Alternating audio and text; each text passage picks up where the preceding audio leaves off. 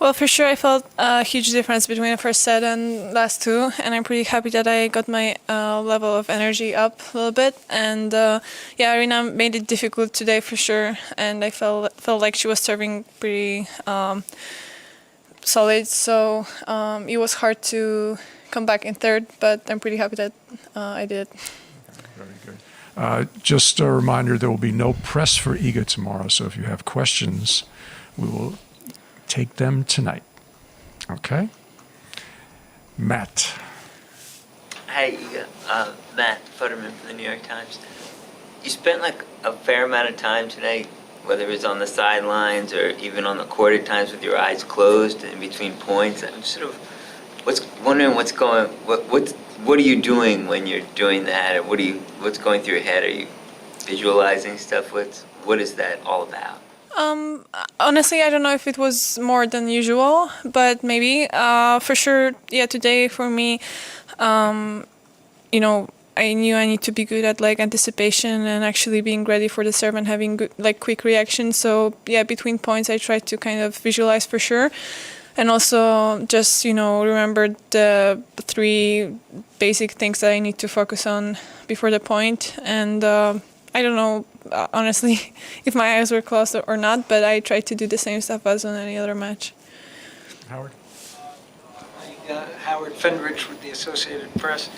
When it comes to making adjustments during a match, like you did tonight after the first set, and you try to think about how to change things, how to make things better moving forward, could you explain a little bit how that thought process works for you? And also, is that something you think you are much better at than maybe you used to be? For sure, that's basically the reason that I'm able to come back during last season and this season, and yeah, well, earlier I felt like my emotions kind of were taking over, and I was panicking a little bit when I was losing. So for sure, I grew up. I also learned a lot, and the work that I with Daria for sure helped. And yeah, right now it's just easier for me to actually logically think what I can change, and I feel like I have more skills to do that than just one type of way to play, So I'm pretty happy that it changed, because I think that's basically the most important thing on the highest level. You good with that?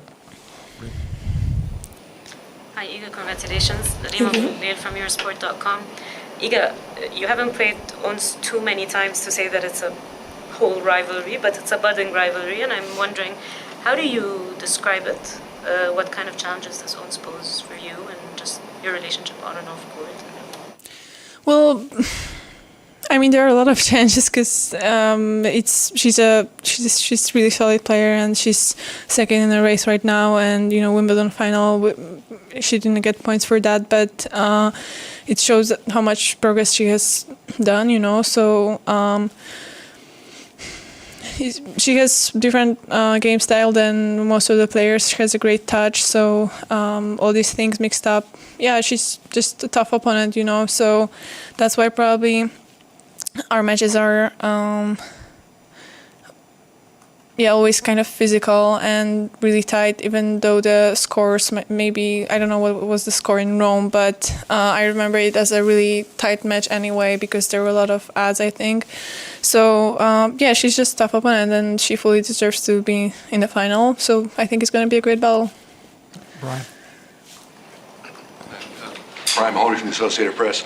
You obviously gotten to play a bunch of matches now in the big stadium. Wondering, have you gotten used to the noise? Obviously, you have a lot of fans who make a lot of noise, but also there's, airplanes you can hear, and some people say they hear trains on Armstrong. And, have you noticed all that, and does it take a while to get used to? I did, for sure. I didn't know actually if because you always, when you talk about this stadium, basically players are talking about the noise, and that is totally different than on any other slam. So I didn't know if I would be so focused to handle it, but actually these two matches proved that that my level of focus is so big that I can do that. So I'm pretty happy about that. But still, I heard it today. But it just, even when I was noticing it, I didn't want to kind of focus on that. I just, let it go, kind of the thought or the noise. And I think that's the best way to handle it. So yeah, but yeah, we can hear it for sure. Court. Courtney Nguyen, WTA. After that second set, 6-1, and seemingly kind of having that momentum getting broken right away and falling behind 2-love, what were you telling yourself that you needed to do through that final set? And it seemed very methodical and very clear within, I don't know, watching you, kind of what you were trying to do. But can you just articulate that? Honestly, I knew I have nothing to lose, basically, and I feel like Arena served pretty well today, better than on our other matches. So I think just mentally, maybe these 2 games that I lost kind of helped me to get back on ground and realize that I still should have low expectations, even though the second set was pretty dominant. So I tried to actually, I don't know, I think I backed out a little bit maybe on return, but I just went all in, and this time it actually gave me a lot, and the balls that I played went in. So I'm pretty happy because I feel like we were both kind of sometimes risking, because the pace was really, really high. So yeah. Ava Wilds from the Washington Post. Congratulations. I'm wondering if both throughout the year and throughout this tournament, where you've had to kind of get out of a couple of tricky situations now, you spoke about how the conditions weren't your favorite, and same with the ball and everything. If your level of trust in yourself to kind of overcome all of those things if that's changed at all from maybe the beginning of the major season? That's a really good question. I feel like my level of trust should be for sure higher, but still, yeah, I'm that kind of person who's not yet trusting myself.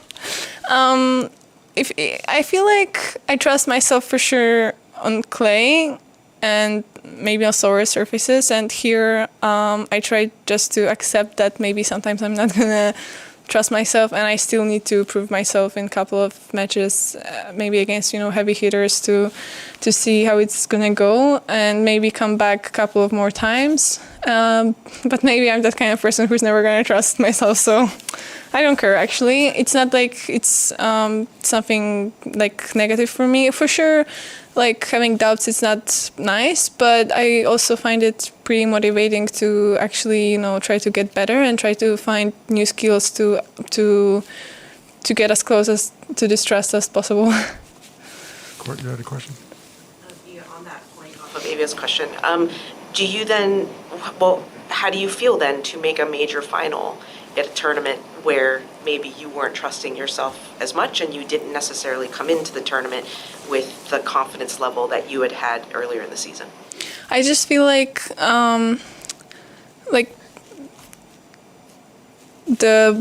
work that I did pays off, and I feel like even though I lost in Toronto and Cincinnati pretty early, you're gonna kind of have your chances, and you have to be ready during that time to actually use them and not be held on after, I don't know, some losses that you had. So I'm pretty happy that on this tournament I just was kind of fresh mentally to actually use the chances. And I'm pretty happy that even though maybe I wasn't feeling 100% perfectly from the beginning of the tournament, I was still able to get better and better and to play a really solid game, because it's the best thing basically. Like on clay, I feel just perfect, so but for me, actually winning when I'm not feeling perfectly, it's the best kind of thing and best feeling, and it's the satisfaction is pretty big. Yeah, Take a few more in English. Hi, Iga.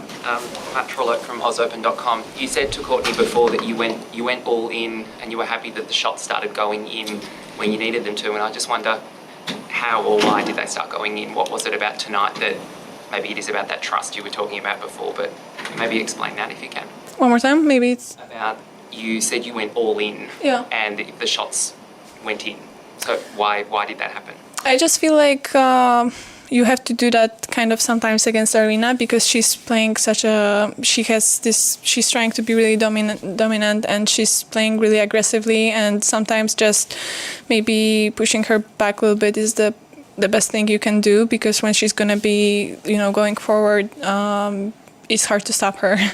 So yeah, I need kind of to go all in to change the momentum a little bit in third set. So yeah. Last two in English.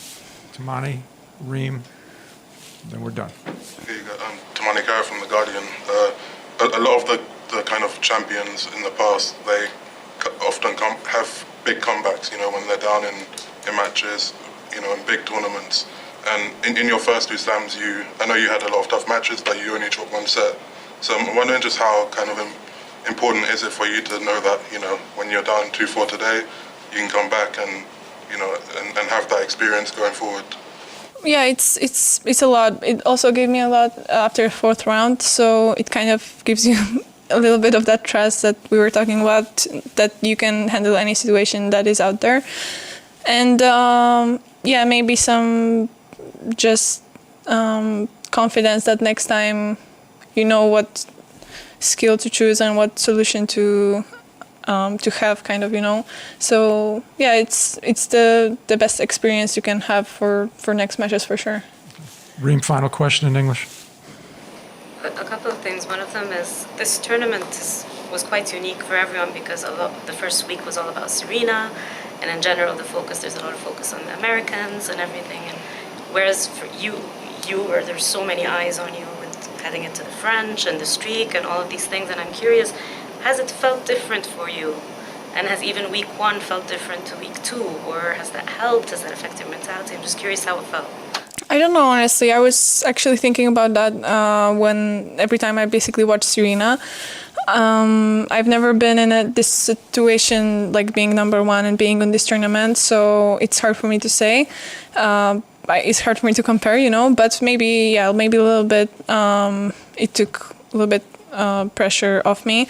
But for sure, just not playing well before also took some pressure off. So, it's not like I was aiming to do that, but I'm pretty happy that I converted it in a positive way. You were very vocal about your feelings about the balls, and yeah. Which is fine. I feel like I'm a hypocrite. No, but now you're in the final, and I'm curious, has that changed your mentality a little bit about what you're capable of, irrespective of conditions, balls, court, everything? Yeah, actually, it did. And in Indian Wells, I had pretty similar situation because it's so dry out there that I had also a hard time controlling the ball. And at the end, I did, and I played some 3-set matches, but still I was the one to win it. So it's something that I needed, that I didn't have when I was younger, to actually be able to sometimes maybe not win ugly, but when you're not feeling 100% on. So it's great actually, because I feel like the best players out there who are able to do that are the biggest champions. So I'm also aiming to find that more and more often. Yeah. All that you said it out loud, that you really hate the balls, and all your opponents knew that you hate them? I don't know. It's not like I still, like it, but I feel like I got used to this different game style and actually being really focused on finishing the shots and everything. So yeah.